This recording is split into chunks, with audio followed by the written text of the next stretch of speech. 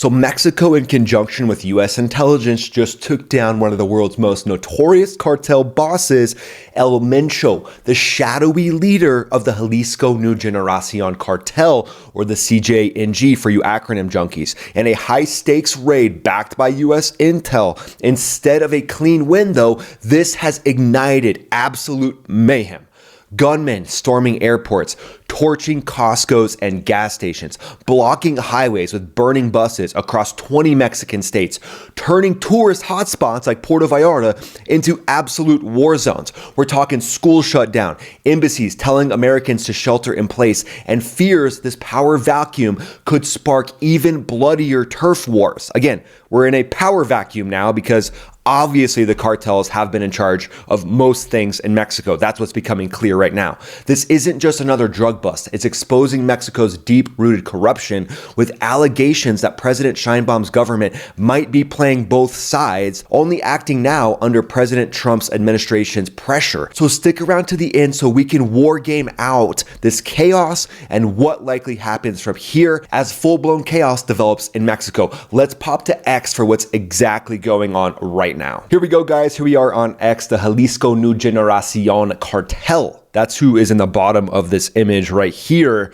That's not Mexican special forces. That's the cartels that are currently wreaking havoc across Mexico. And this is Evan Hafer up here. Let's listen to a few words of what he has to say about top tier special forces units going up against the cartels. Mobilize tier 1 units against the cartel. The only thing I thought was like, retire. If you guys got some money, man, I would like put that away, you know, like maybe move Jamaica, I don't know, go somewhere. Yeah, buy a restaurant. Like try to go legit because go legit. Dude, if those guys are hunting you, by the way, like you're done. Yeah, I mean, what a wild situation right now with what's going on down there, but he brings up a great point. I mean, these guys have legitimize themselves, you know, with this equipment and the massive amount of funding that they have, but the training, the discipline, the focuses that our top tier units have, as well as the aviation units. So you bring in some Predator drones, you bring in some specialized drones that maybe haven't been released yet, and those are also up there. Yeah, these trucks are cute. These are very like beautifully camouflaged trucks, but they're not going to do well against the Hellfire missile. We'll just throw that out there. And then check this out. This is Costco burning right now in Puerto Vallarta. So yeah, they're burning Costco. This is the reaction that the Jalisco New Generacion cartel, the splintering factions, now that the boss has been taken down, they're wreaking havoc across Mexico. So very interesting seeing the lack of ability of Mexico to control this blowback from taking down, you know, a mafia boss kingpin. And then check this out. We got to watch this. This is Sheinbaum, the president of Mexico. Let's have a little listen here. El narco no es opción. No es opción. Primero, porque está fuera del marco de la ley. Todos estos de la derecha. So she's saying it's outside of the framework of the law to take on the narcos or to go in with military action against the narcos. Very interesting. Derecha que se llenan la boca de las palabras Estado de Derecho y defienden la guerra contra el narco. Pues la guerra contra el narco está fuera de la ley. The war against the narcos is outside the law. Then listen to what she says next. Porque como lo dije o lo he dicho en varias ocasiones, es permiso para matar.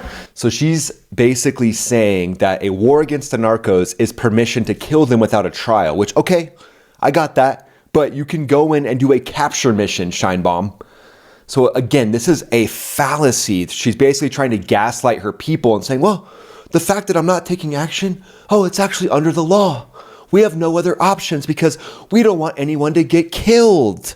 Don't look over here at the thousands of murders and deaths from the cartel and the fentanyl flowing from the cartels that's killing thousands of people. No, look at the hugs. And the hugs not bullet approach is something that she's done in the past, which is just wild. And to me, it tells me a lot. It tells me a lot about what could be going on in the inner workings of old Sheinbaum. So listen to this as well. This is a current sitting Mexican senator talking about how Mexico is a cartel state and Sheinbaum is complicit. Infested our nation. Can you explain this alliance between the president, her party, the Morena party, and the cartels? Yes, the party has financed, has given, the cartels have given so much money to these politicians, narco politicians of Morena, to get into office, to get the power. Yeah, I mean, absolutely. I mean, Sheinbaum not taking action until now. Weird Sheinbaum.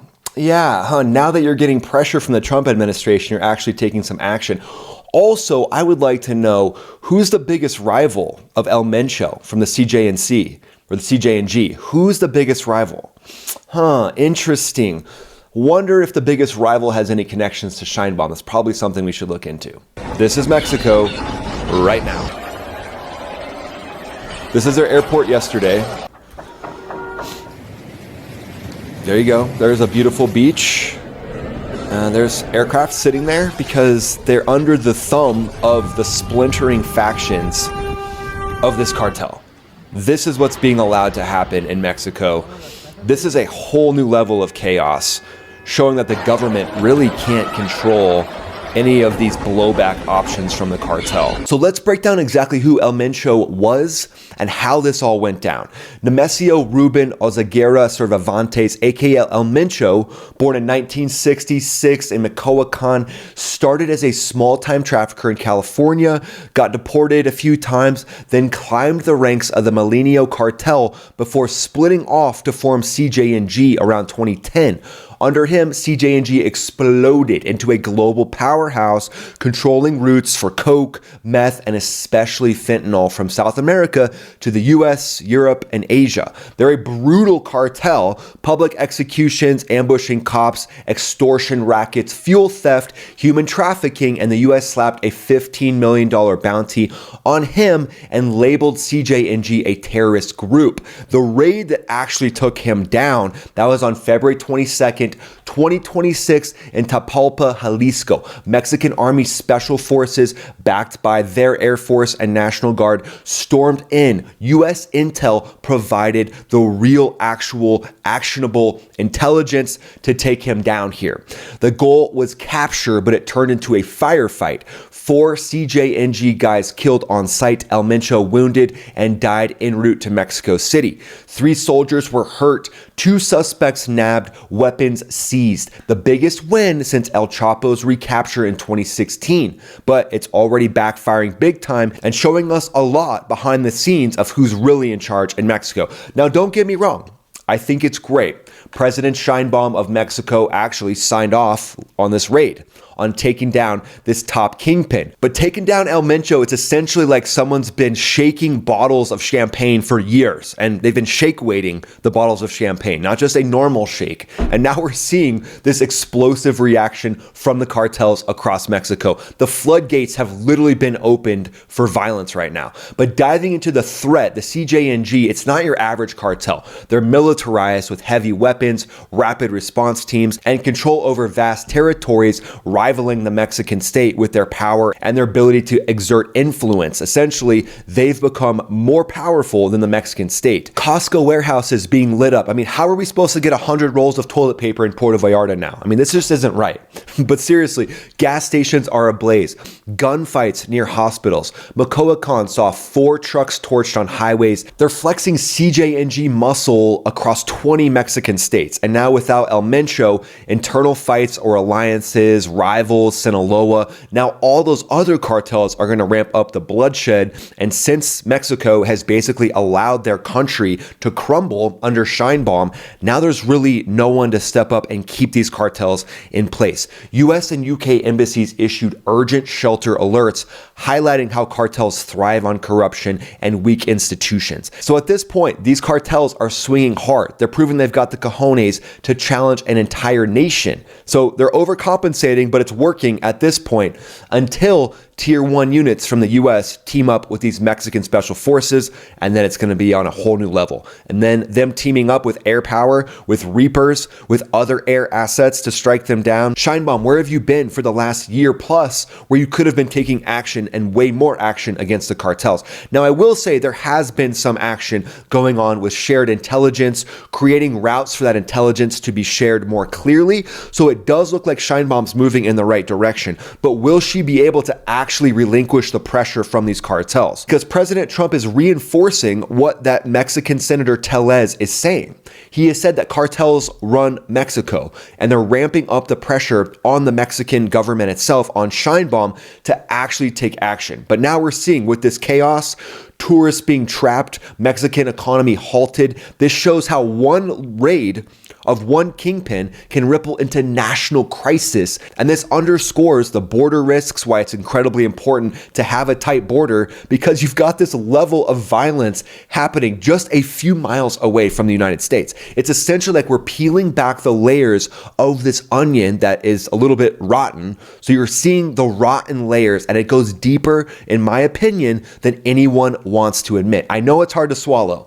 And I think the Mexican people are incredible. I think the Mexican people deserve something much better. From what I've seen, Mexican people want to run businesses. They're incredibly hardworking. They don't need to be under the thumb of these cartels. And President Sheinbaum, one of her main policies against the cartel, not only saying that it's illegal to take on the cartels, because she's basically saying, no, we can't kill them without a trial. Hey, Sheinbaum, have you ever heard of a capture mission? And if something happens, if they fight back, then now you're within the law to defend yourself. Because when you send in special forces, they always have the right to self-defense. So at this point, Sheinbaum, you're either gaslighting the entire world, you're completely inept at running a military, or you're in bed with the cartels. One of those things is obviously clear if you don't change that rhetoric. And she's also come out and said, hugs, not bullets. Yes, let's just hug the cartels. They're gonna just love us. They're not gonna blow up Costco. Why would they blow up Costco if we give them hugs? They won't use bullets. She's used that hugs, not bullets slogan many times when it comes to the cartels.